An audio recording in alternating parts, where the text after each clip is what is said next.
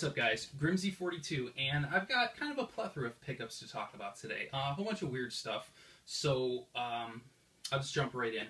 The first thing I want to talk about actually is a trade that I recently did with, actually it's not recently at this point, it was probably quite a few months ago. But, you know, as I've said before, I'm like totally backlogged on my pickups, and I'm just trying to, you know, get them all out there so I can get it all integrated up into the shelves, which, as you can see behind me, the NES shelf is starting to come together pretty good. I got most of my carts up there, and then over here I've got my box stuff. So getting there, you know, it's definitely better than it was. So I definitely am happy about that, and hopefully this weekend I can kind of, you know, get that all situated. But anyways, back into the pickups. So I picked up a spare copy of the second G.I. Joe for the NES. I think it was called like Rise of Atlantis, if I'm not mistaken, the one made by Capcom. And Kevin expressed that he was interested in it. So, you know, I seen some stuff that he got recently, so I figured, you know, hey, we can make a trade. I let him know what I wanted, and he, you know, basically thought it was fine. So here's what I got. First is a copy of Dodgeball. And I didn't have this either, so it's really cool to add another one to the collection. And the other item was Mutant League Football. And unfortunately, the manual is missing. But, you know, it's in pretty good shape. It was a little dirty, but it cleaned up really well. I took a lot of time and got all the goo off it, if you will. But, yeah, it's definitely in a lot better shape than it was. But definitely really appreciate that. And if you haven't checked his channel out yet, I will put it down below. Once again, thanks, Kevin, for the trade. Again, his name is Airforceshields on YouTube. All right, the next stuff I want to show you are two collector's editions that I picked up for the PlayStation 3. This one was a reserve exclusive. The regular version was just in the standard clear Blu-ray case, but this is the collector's edition that you got if you pre-ordered it, and it's the Kingdom Hearts HD 1.5 remix. So it's really cool that you know, I was able to pick this up. I didn't actually pre-order it though. What I had to do was I went to a couple GameStops the day after it came out and tried to pick up one that somebody pre-ordered but didn't, you know, pick up. And luckily I was able to find one, so that's really cool. This other one is the limited edition of Tales of Xillia, or as I call it, Tales of Silly String, because I think Xillia is a silly word. Xillia, silly. That's where my crazy train of thought comes from. But anyways, this one is also sealed. I'm hoping that I can find a open use copy of the game eventually down the road and play that one and then just keep this one sealed.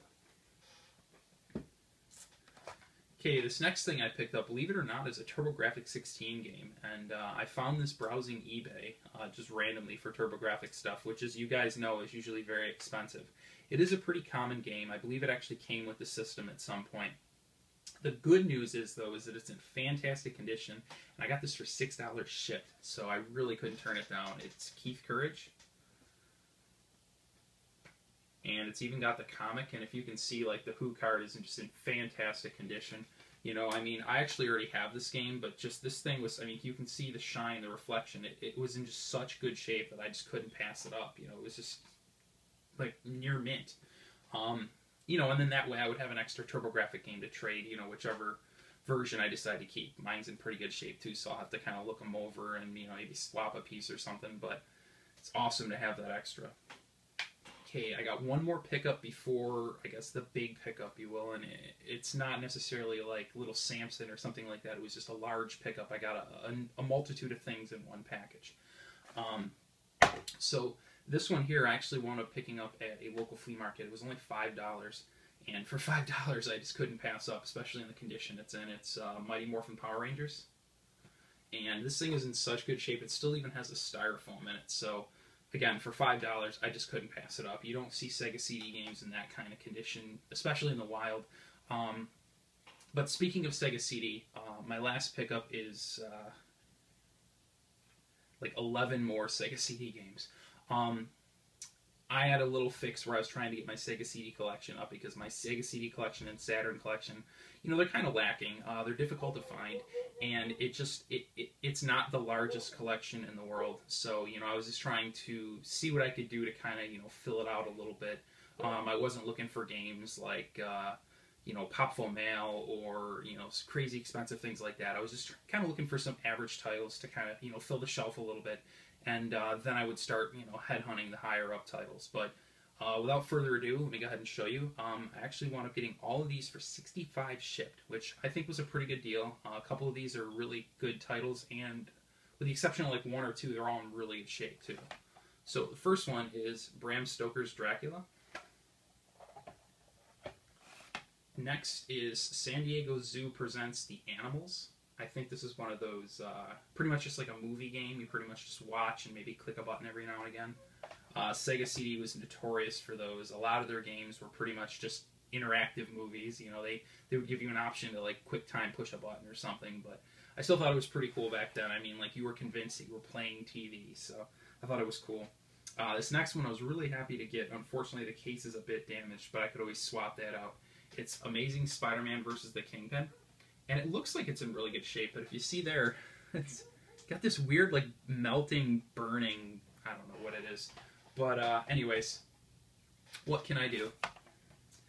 This next one is actually stars some, I guess you'd say, B-level movie stars. It's called Double Switch, and I think if you can see there, I don't know if you can recognize, that's actually Corey Haim.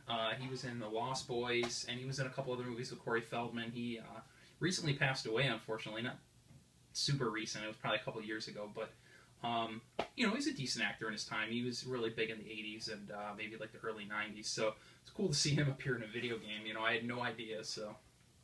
Anyways, next is Stellar Fire, and this one kind of looks like, believe it or not, a really crude 3D shooter, so I'm interested to see it. Kind of looks like a jacked up Star Fox, so we'll see exactly how good or bad that one is when I get a Sega CD. Unfortunately, I don't have one currently. I'm really trying to hold out for one in like immaculate condition. I actually have a box for the Sega CD with all the inserts, but I don't have the system yet. Okay, the next one is Rise of the Dragon. And unfortunately, it's got like a little crack right here. But again, basically what I'll do is whenever I find a game that I already have, but it has a really good case or a cheap price, I'll pick it up and I'll just swap out and improve my games as I go. You know, that way I kind of just keep upgrading as I collect, which I'm pretty sure everybody does that. Okay, this next one is Ground Zero Texas. Next, we got ESPN National Hockey Night, and looking at the graphics of this, well, I've seen worse, but this is probably like only a couple $1 game, but you know, it's still nice to have for the collection. This next one's really heavy, so I'm pretty sure it's a double disc. Yeah, it's Dracula Unleashed, and like I said, it's got the 2 discs, and then the manual kind of slides into the front. This next one here I actually never even heard of, and it's semi-obscure. It's not like super rare, but it was one of the rarer titles in the lot, and it's Revenge of the Ninja, and it's in pretty good shape. I think this one, yeah, this one also has styrofoam. A lot of them really did, which is cool. I mean, you don't really see them in the wild, and when you do, they usually don't have that styrofoam. The next two are definitely the best for last. This one, believe it or not, I didn't own yet. I was waiting to find it at the right price, and the fact that it came bundled in this lot just made it that much easier. And this one's in really good shape. It's a copy of Sonic CD, and it also has styrofoam, so that's really cool, and definitely awesome to add that to the collection. This last one isn't the version I was looking for. They made 3 versions of the game, and believe it or not, the one I'm looking for is the first version. It had, I guess, a controversial cover, if you will. It's not really anything to shake a leg at, but anyways, this is the most recent release of it. It's the 32X Sega CD version. It's Night Trap, and I guess the cover kind of had like a drawing of this girl, which they found like too controversial, but this one's in really good shape, and it's got like all the inserts and everything. So it's got like the little flyer and the manual, slippery, the 2 discs, and the paperwork and the registration. So I thought that was really cool. Really happy to get this as complete as it is, which is, I believe, 100% complete. I'm pretty sure this is everything that came with it, so definitely cool to grab it. And I'm definitely looking forward to checking this one out. This is actually something that was on my active radar, so I'm happy to have finally taken it off the list. And you know, like I said, it's really nice to bump my Sega CD collection up a little bit. I actually was also able to boost my Saturn collection, but I will save that for my next pickup. A buddy of mine and I, we went out to Erie, PA, and we did a little road trip and hit up some stores. And I think we found some good stuff, so I'll have that for you guys next time. But anyways, that's it for now. You know, I thought it was a pretty good lot. A lot of good Sega CD stuff, and nice to add that to the collection. But anyways, guys, hope you enjoyed. Take care.